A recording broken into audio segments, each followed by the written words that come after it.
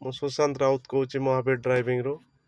ଆଜି ଆମର ଗୋଟେ ଭିଡ଼ିଓ ସୁଟ୍ ହେବ କେମିତି ଭାଇମାନେ ସବୁ ଗିଅର୍ ପକାଇବେ। ଫାଷ୍ଟ ଯେଉଁମାନେ ନ୍ୟୁ କେମିତି ଗିଅର୍ ପକାଇବେ ଦେଖନ୍ତୁ।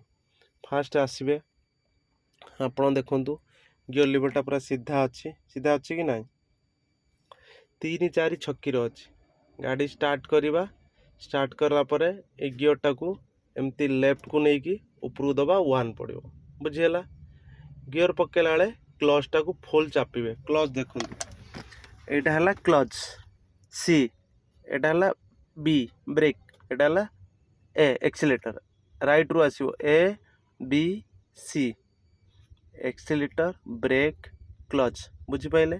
ଗିଅର୍ ଯେତେବେଳେ ପକାଇବେ ସିଟାକୁ ପାଦରେ ପ୍ରେସ୍ କରିବେ, ଫୁଲ୍ କ୍ଲଚ୍ ଚାପିବେ। ଏମିତି ପ୍ରେସ୍ କଲେ, ପ୍ରେସ୍ କରିକି ହାତ ଏଠି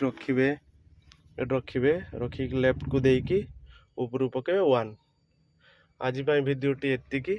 ରହିଲି ଭାଇ, ଜୟ ଜଗନ୍ନାଥ।